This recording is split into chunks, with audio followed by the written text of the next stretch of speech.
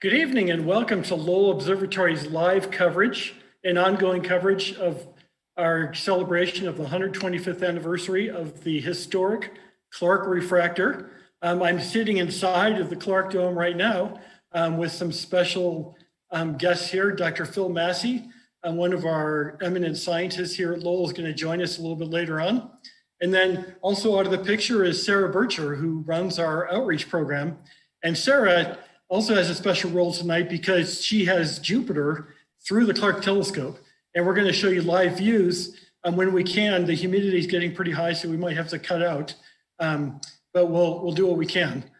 So this is a great night because it's also the night that Jupiter is at opposition, meaning it's essentially when it's opposite the sun in the sky and when it's roughly the closest it'll get for the year.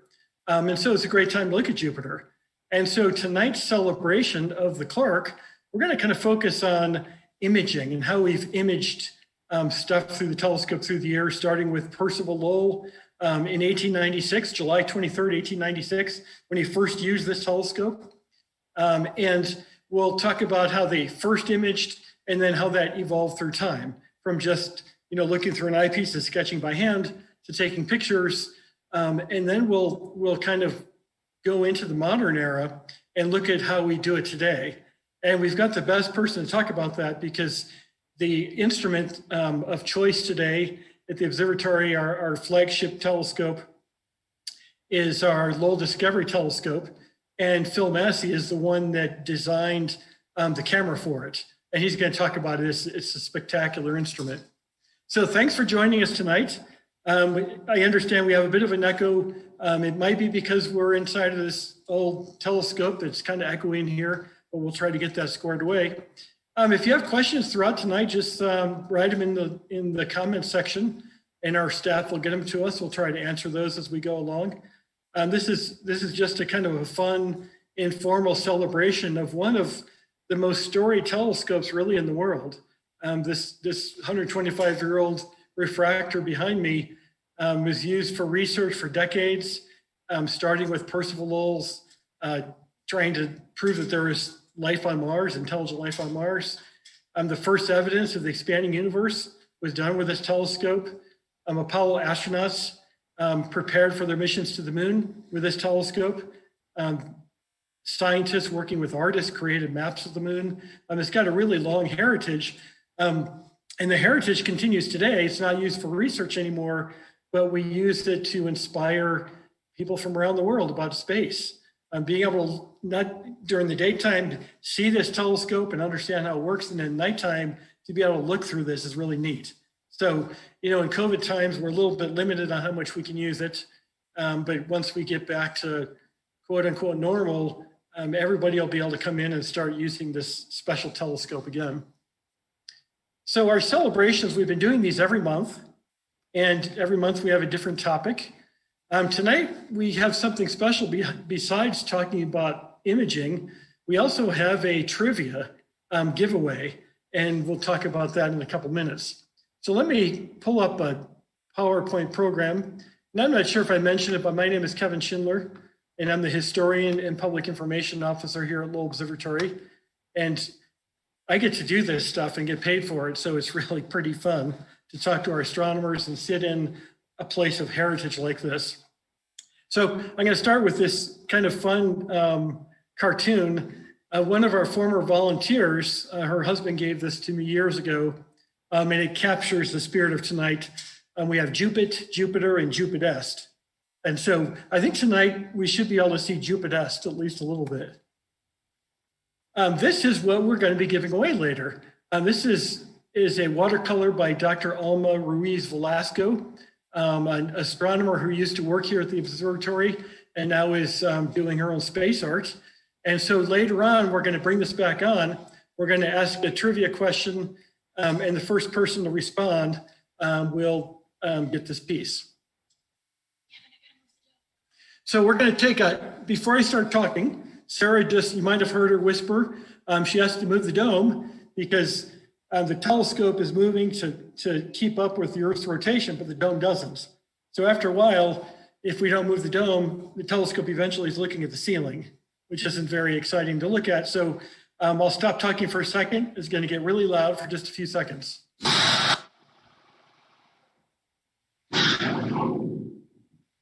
wasn't too bad. So that's the telescope moving. It's sitting on Ford tires that were just changed a few weeks ago. And so they're particularly squealy right now. So we're talking about Jupiter tonight. And you know, if you're going to do astronomy and study things like Jupiter or stars or anything, in the old days, before there were cameras, before we had modern imaging equipment, you did it by looking through an eyepiece in a telescope. And this is Percival Lowell with this telescope. And this is when this telescope was actually set up in Mexico. When it was first finished, it was 1896, early 1897. And he's sitting on an observing ladder, looking through the eyepiece of the telescope. And then with that, he and other observers would sketch in details of what they're looking at. This is one sketch from one of the notebooks from 1910. And you look at this and say, holy cow, that's not a very good sketch. And just a second, I understand we have a little bit of a issue here. Let me see if I can close out of this. Just a second. Let me just end the program and we'll start that over again. So sorry about that. We've got a little bit of a screen sharing problem. There it is. Let's try that again. All right. And sorry for our IT team, my chat box is covered up.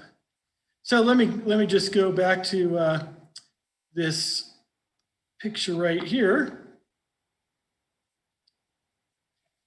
And here is Percival Lowell using a telescope in Mexico and just looking through the eyepiece. And this is the kind of sketches they made. They made a lot better ones. This one is pretty basic, but even with this, you can see detail. You can see the belts and zones, those bands of gas that go across the planet.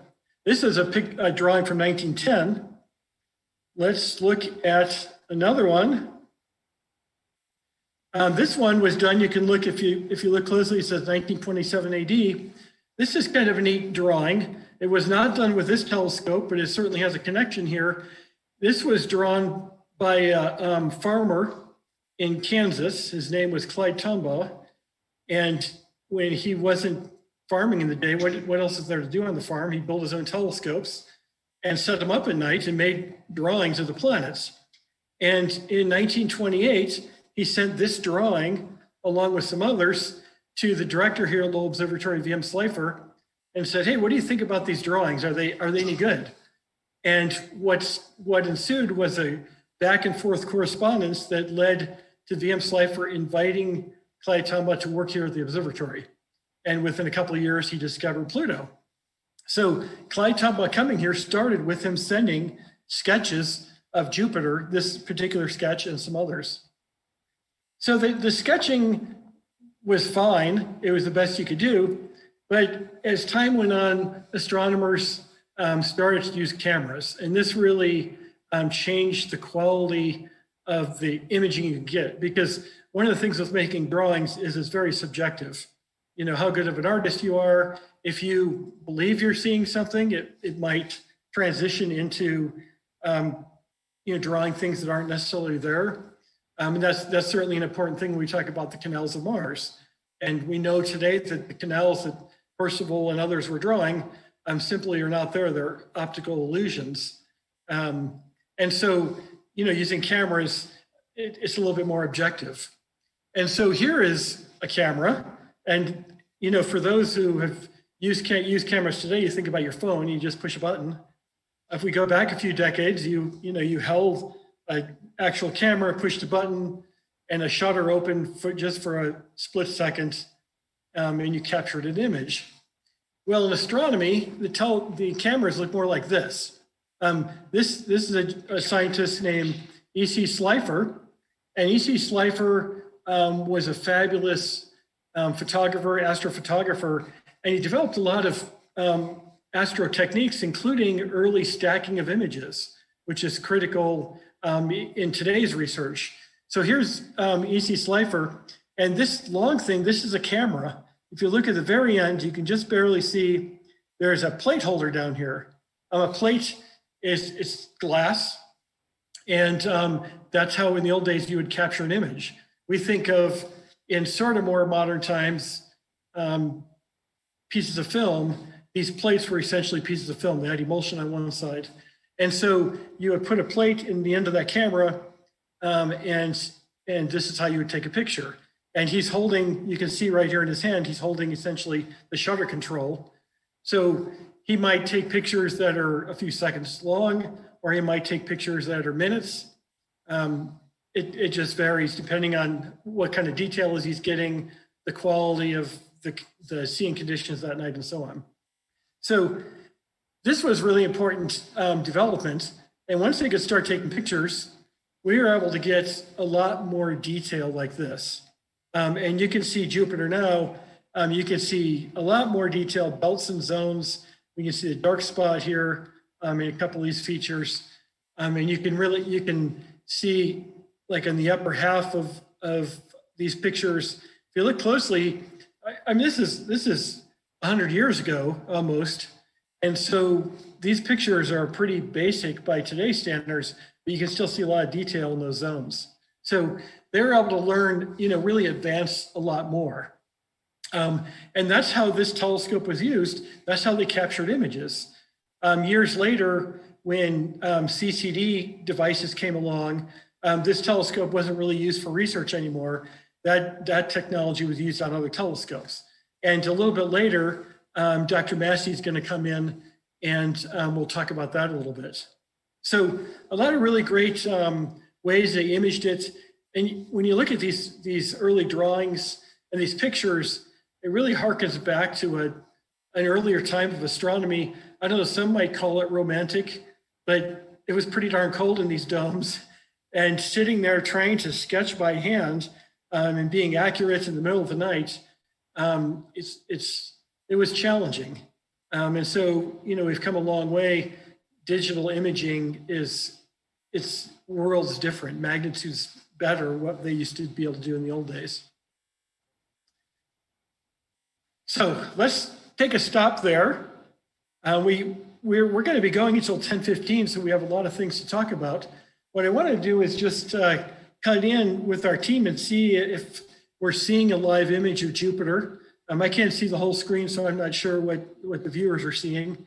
So we'll take this opportunity to show that image of Jupiter. And maybe if you guys can give me a message here. Okay, great. So we're live on Jupiter. And as I mentioned before, this is opposition tonight. So Jupiter is fairly close to us, less than 400 million miles away, which is close to Jupiter. On average, it's, I think, more like 440 million miles away or so.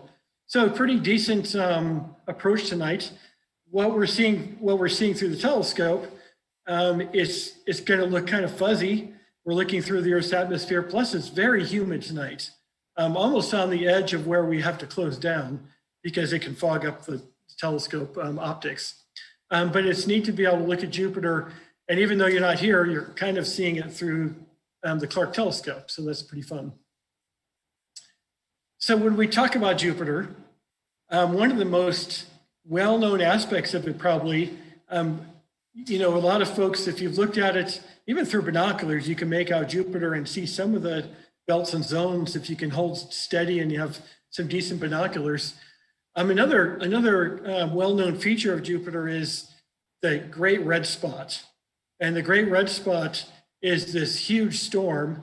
And we're talking about, the surface of Jupiter is gases. So it's these gases swirling around, sort of like a big twister on Earth, I guess, but it's 2 to 3 times the size of Earth.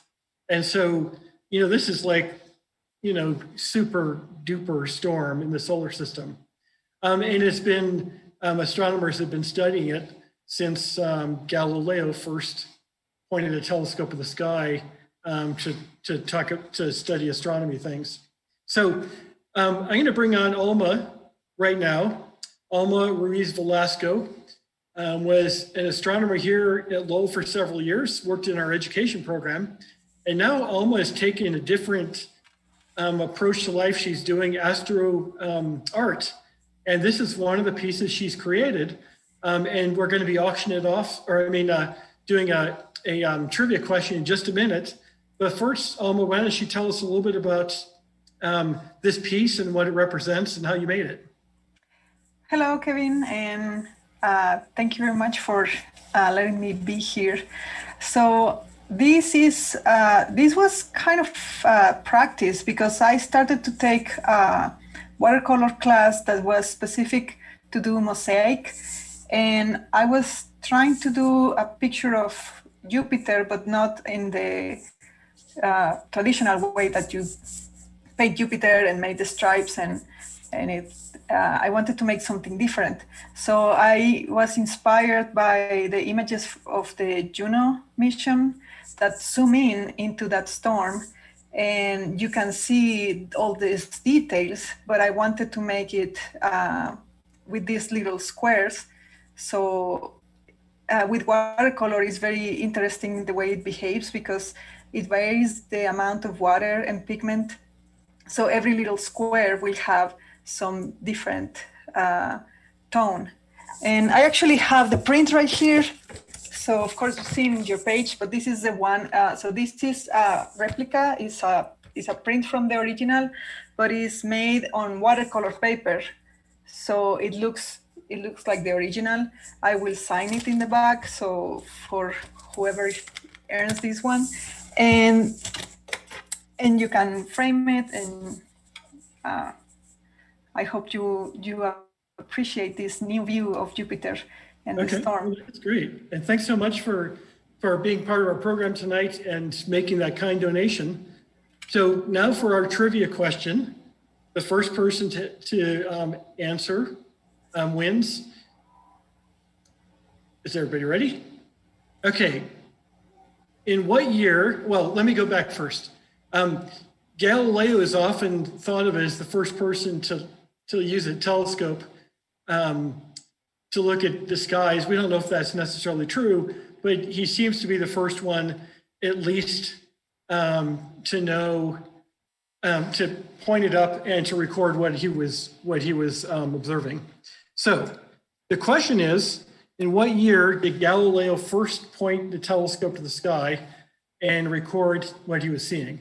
And he looked at the moon, he looked at Jupiter and its satellites, and discovered these things. And it really fundamentally changed our understanding of the solar system, because he was able to determine that these things were orbiting around Jupiter, these dots. And so that had played a big role in showing that the Earth was not the center of the solar system, but the sun was. So what year did Galileo first point his telescope to the sky? And so we have the first correct answer was Partha Ganguli.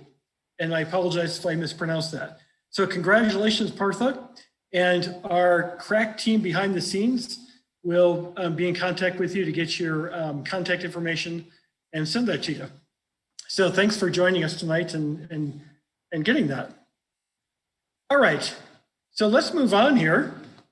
I'm gonna stop sharing this. So we've talked a little bit about imaging with this telescope. And like I said, it's a great night because we're celebrating this telescope, but we're also celebrating Jupiter. And so tonight, our special guest is Dr. Phil Massey. Phil has been an astronomer here at Lowell Observatory since the late 1990s. And he's one of the world's experts on large stars, on massive stars. And I don't know if that's because his name is close to massive. He didn't study small stars, I don't know, but Phil can answer that. So Phil is coming on right now. First of all, before we do that, I just got a note. Partha, if you can email us at info@lowell.edu so that our staff can take care of getting that prize to you. And so before we talk to Phil, we're going to move the dome again.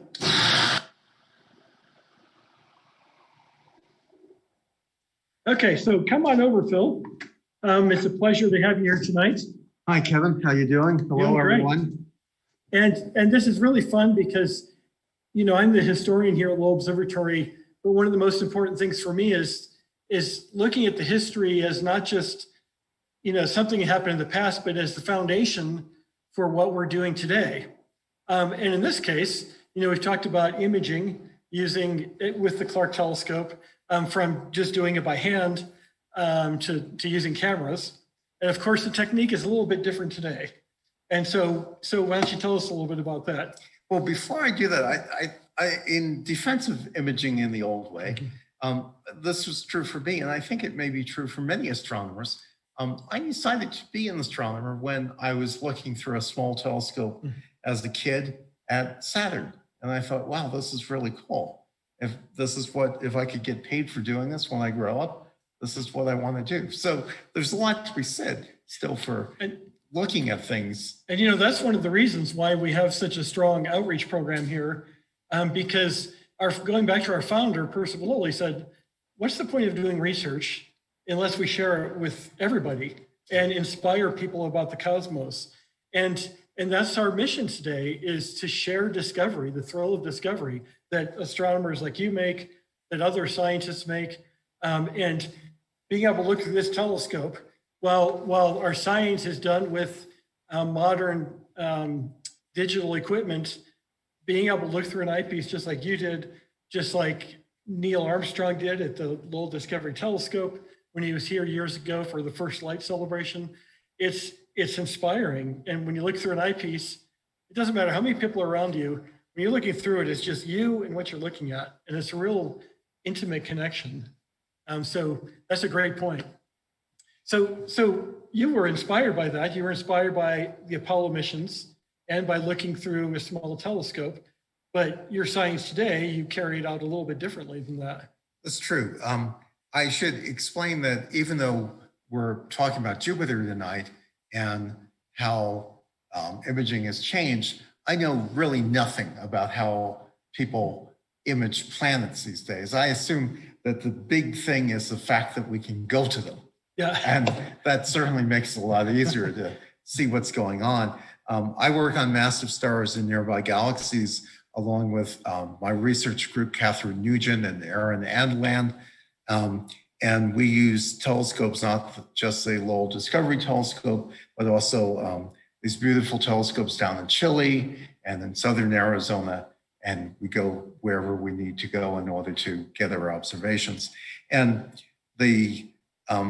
I tend to do pretty much two things. One of them is take images, take pictures, in which we measure the brightness of things. And the other is using the same kind of devices behind a spectrograph, in which we take the light and break it into its component parts, its rainbow of colors, and then analyze the spectra.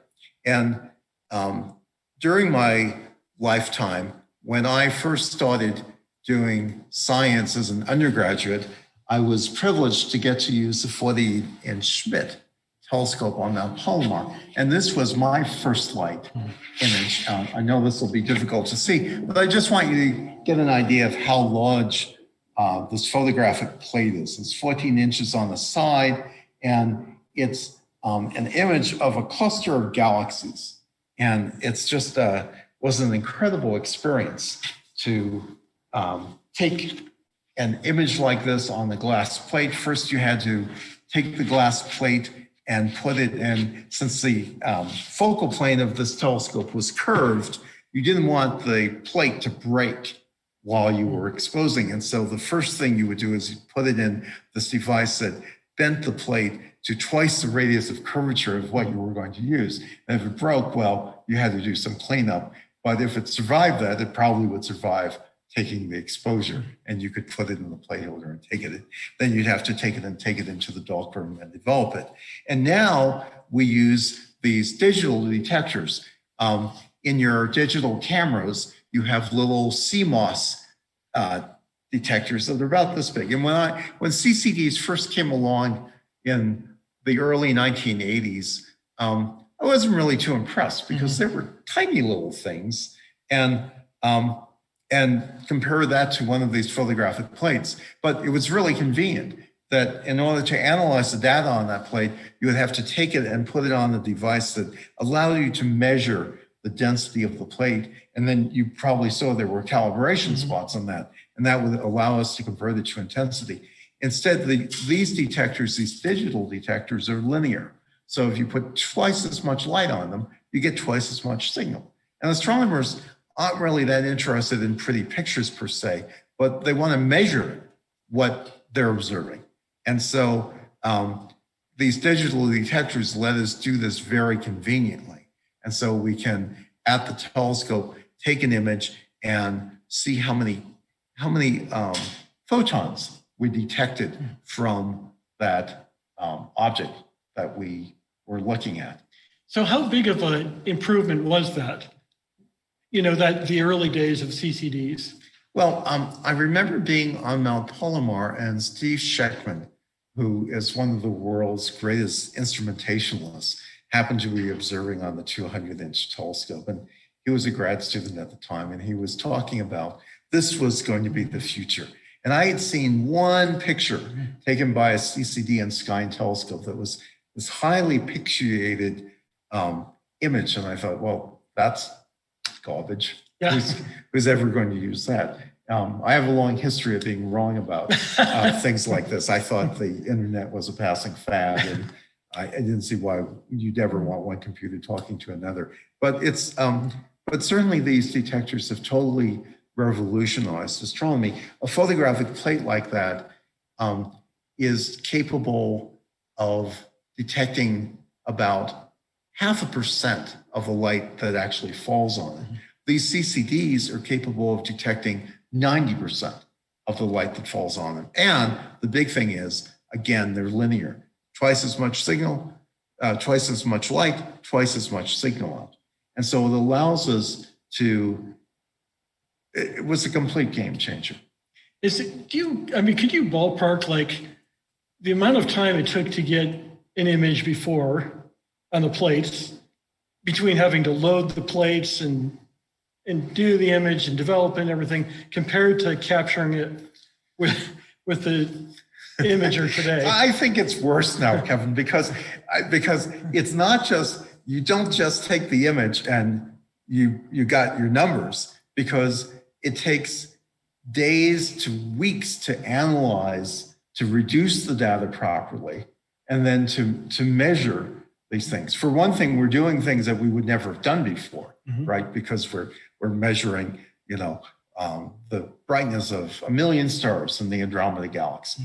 Well, before we wouldn't have tried to do that. But these, you have to calibrate these detectors, and you have to do very careful flat fielding and bias subtraction and the like. I was talking to one of our astronomers today, Brian Skiff, about data that he'd been taking over the last couple of years out on Anderson Mesa, some of our smaller telescopes, and all the challenges that they're finding in getting good values for these stars. And so I think in terms of the process, it's different. We're no longer using chemicals. We're using computer programs like IRAF instead. But the end result is in some ways just as messy. You still get, your hands still smell when you're done. But it's a lot easier to share it. And it is a lot easier to share. Such a larger amount of data that's coming out of it. Absolutely. And one of the amazing things is, so this photographic plate is unique. We could make a copy of it, but the copy of it isn't quite as good as the original. But an image I take with a CCD, I can share it with my colleagues around the world, and the data are exactly as good as what I have sitting in my office. So the CCDs were developed in the 80s, real tiny, and then they developed in the 90s, 2000s, and got very good. And this is the time when Lowell decided to invest in our future by building a new telescope, 4.3 meter, what's called the Lowell Discovery Telescope today. And you were in charge of building the imager for this. Well, so that's a funny story, actually. So you said that I had designed it, but of course that's totally not true. That our instrument scientists at the time, Ted Dunham and his group, Ralph Nye and Tom Bitta, they're the ones who designed this camera. And my sort of contribution to this was, my spouse, Deirdre Hunter, as you know, studies very faint galaxies and tries to do surface photometry, very accurate measurements of the night sky, of these galaxies, which requires taking out the night sky very accurately. And so the way that astronomers have gotten around the fact that CCDs are small, even the biggest CCDs now are small compared to that photographic plate, is by mosaicing them, having CCDs next to each other. The problem is there are always gaps between them. And if you have 8 CCDs, you actually have like 8 different detectors. And what I wanted to do was I wanted to make it easy for Deirdre to observe. I wanted her to be able to do something that she couldn't do on any other telescope with any other instrument in the world. And so we commissioned. That's a good way to keep things happy at home. It is. Well, there are pluses and minuses to all of this. So this is the size of the large monolithic, the CCD in the large monolithic camera. It's as large as they make a CCD, a charge coupled device. It's 92 millimeters on the side. It's still small compared to a photographic plate. And of course, other places with larger focal planes now have taken these and made mosaics of them. But this was the first one to come off the assembly line. What my job was to make the scientific case for this to the National Science Foundation, who very generously then funded the camera for us. But Deirdre Hunter, David Sliker, and I were the lead scientists in making the case for this. And it was fantastic. The first CCD we got from them was nominally an engineering grade device, but they couldn't make a bad one. And so it was just beautiful. And let me just cut in for a second. We have a question from Rainbow Harvest. Why does Jupiter through the telescope look blurry? And it has to do with humidity. Maybe you can explain that. You've probably had a lot of nights like this when you were observing. Yeah. So I think there are two things. Yeah, the humidity undoubtedly is an effect. But if you look at where the telescope is pointing, it's pointing not quite at the horizon. So as Kevin said, Jupiter is in opposition, which means it rises right as the sun is setting. So it's only a couple of hours after that. So Jupiter is still quite low in the sky. And so we're looking through a lot of air. And we have very incredible seeing here on Mars Hill. The first time when I was an amateur astronomer and I would look at Jupiter through my little 6-inch telescope, I never saw the red spot. I mean, I tried. You could imagine that you saw it. The first time that I looked at Jupiter through this telescope, it was, wow, it just hits you in the face. There's nothing like a refractor for looking at planets. And this is one of the best refractors ever built, right? And it's not like it's no longer any good. No. It's as good as it was when Percival was using it. Right. And in fact, I mean, you could argue you could use it for some sort of research, but really its value as an educational tool and to inspire people from all the world is really valuable. Yeah. And so the answer is we're just looking through a lot of unstable air tonight, and we're looking through a lot of it because Jupiter is still pretty low down. And, you know, when I think of it like if you open your eyes under a swimming pool and you can see, but everything's really blurry. Yeah. Instead of water, it's the air that we're looking through. Yeah. And the lower the horizon, proportionally, the more air you're looking through. Yeah. And that's why also the moon, sometimes it'll be really orangey on the horizon, but when it gets high, it's more of the grayish white. So let's go back to the CCD and so we got it ready for the LDT. I think I've got it down. I'm not calling it DCT anymore. Yeah, I'm 50-50 on that. Yeah, right. So you said this is the largest that is possible. Yes, that's the largest that can come off an assembly right now. And why is that? have no idea. Okay. That's way outside my field. That's just, we are not the way that Ted explained it to me is we do not drive CCD development. We're nothing. We're in the noise. And so they have to use whatever foundries are around that make these devices. Mm-hmm. I actually don't know what they're really used for. So what kind of things do you image with that? So I get, as Kevin was saying, my analog of this is I get paid for what I would do for free. And so what the sort of things that we like to image, Catherine Nugent and I just finished a big survey looking for red supergiant stars like Betelgeuse in nearby galaxies, like the Andromeda Galaxy, M33, the Triangulum Galaxy, all these nearby galaxies. And we can characterize their physical properties. And these galaxies, when these stars form, they're almost made of the same material, but not quite the same material. There are different, it's mostly hydrogen and some helium, but there's a little bit of other stuff. And for a massive star, the sort of stars that I study, how much stuff there is, how much other stuff, this actually is what drives these stellar winds. These stars are so luminous that they're actually pushing material off. And by the time they get to the red supergiant stage, it really has mattered. We like to say that these evolved massive stars act like a magnifying glass, allowing us to test evolutionary models in great detail. Well, you sound kind of like Percival Lowell in a way, because Percival Lowell, he did some fun things. He wanted to make discoveries that fundamentally changed our understanding of the universe. And some of the stuff that you've done really changes our understanding of stellar evolution and formation and such. We're kind of not quite the right segue, but I thought maybe you could talk about the Tzos a little bit, because that's another really cool thing. So that's a whole nother story. So Tzos, Thorne-Zykov objects were hypothesized in the late 1970s by Kip Thorne and Anna Zykov.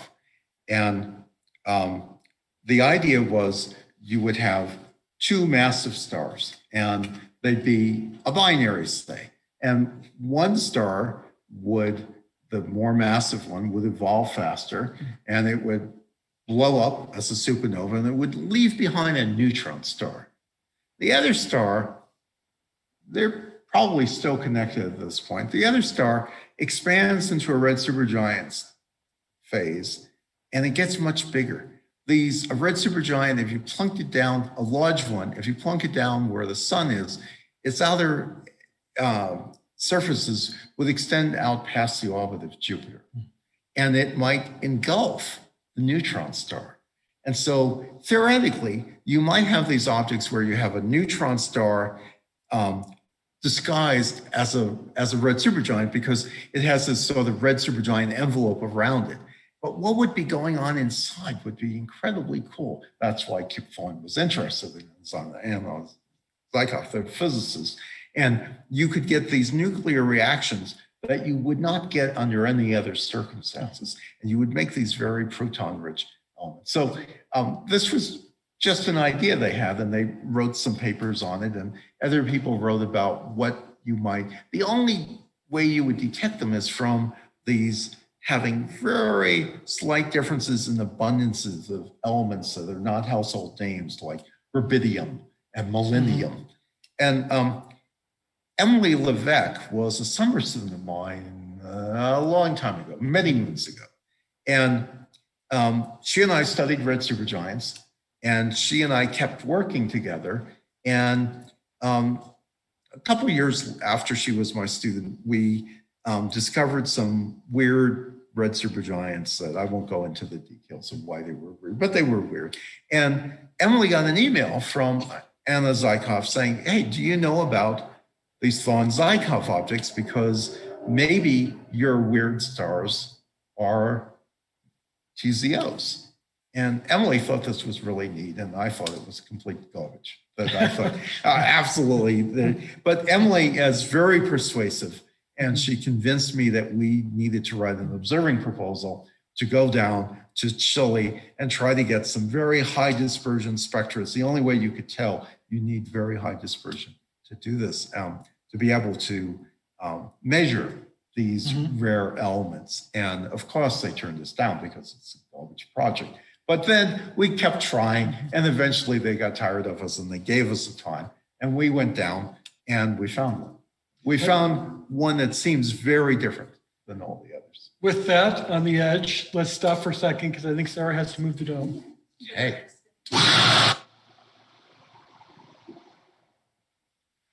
So you think you found one? We do. We're not sure, but it's the best case so far.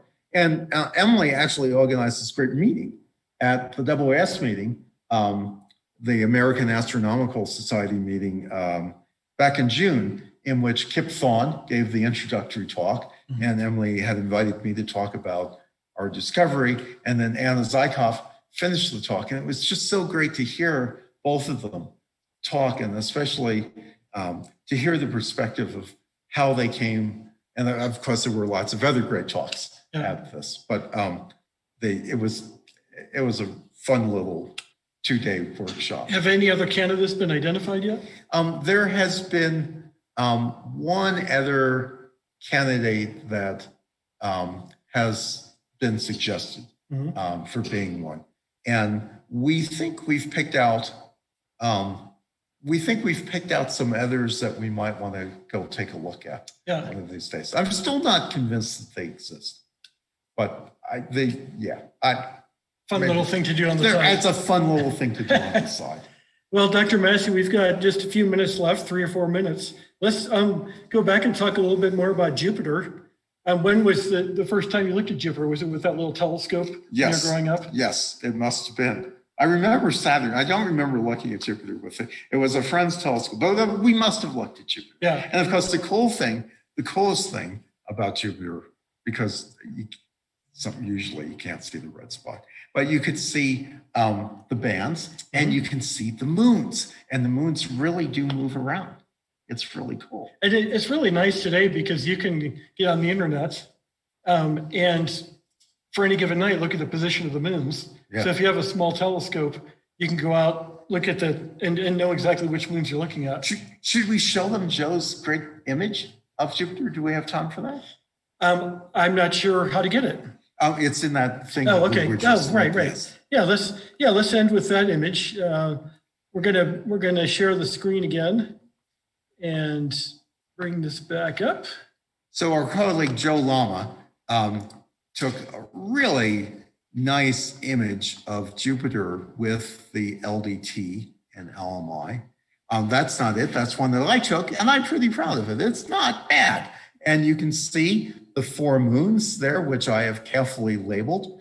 And you see bands, but the red spot was on the other side of the disk. But if we look at Joe Lama's image, the red spot is pretty easy to see. Yeah, that's very distinct. Yeah. I don't remember when he took this one. It was just in the last couple of years? It was a few years ago. Yeah, okay. Well, this is exciting. I mean, we think about how far we've come with imaging from, sketching by hand, and there's a lot of subjectivity to that. And then doing it with the modern devices. And yet, like Sarah over at the telescope, showing us this view live through the Clark, it's, Jupiter is just one of those things that we can see in a lot of different ways, whether it's with the modern digital or through the Clark like Percival did, and it's still cool because you can see details. It's not like looking at, Uranus or Neptune. Right. With this fuzzy. Well, Kevin, what did I insist on in order to do this? Yeah, the payment was you look through the. I got to look at Jupiter. So I'm glad we were able to, do that. When it started getting humid, I thought you were going to walk out because. Yeah, I knew we. Yeah. Well, Dr. Massey, thanks for joining us tonight. Thanks for the invite. And thanks everybody for joining us tonight. Thanks for our behind the scenes team for keeping the technical stuff going. And thanks to Alma Ruiz Velasco for making the donation. We have just a minute for any last questions. Otherwise, we'll be back next month, and we'll be doing these monthly celebrations through the rest of the year, through December. And I think it's next month, we're going to be looking at Saturn as the highlighted object. So a lot of great things. And it's just a continuation of the celebration. And it looks like we do have one more question from Partha. She says, I'm an aspiring astrophysics student. How can I go forward for this? You can take more than 30 seconds. I never know quite how to answer this. So most of us had to be physics or astronomy majors in college. And you often get research opportunities. I usually found all my coursework to be pretty boring and awful, but don't tell anyone I said that. But when you have a research opportunity, take it and see if you enjoy doing it. You know, it seems like, my background in another life was paleontology and geology. Yes. And field work is so much fun. If you can get through some of the other stuff, whether it's being at the observatory or being, digging up rocks. So with that, thanks everybody for joining us. We're out of time tonight, but we'll see you next month.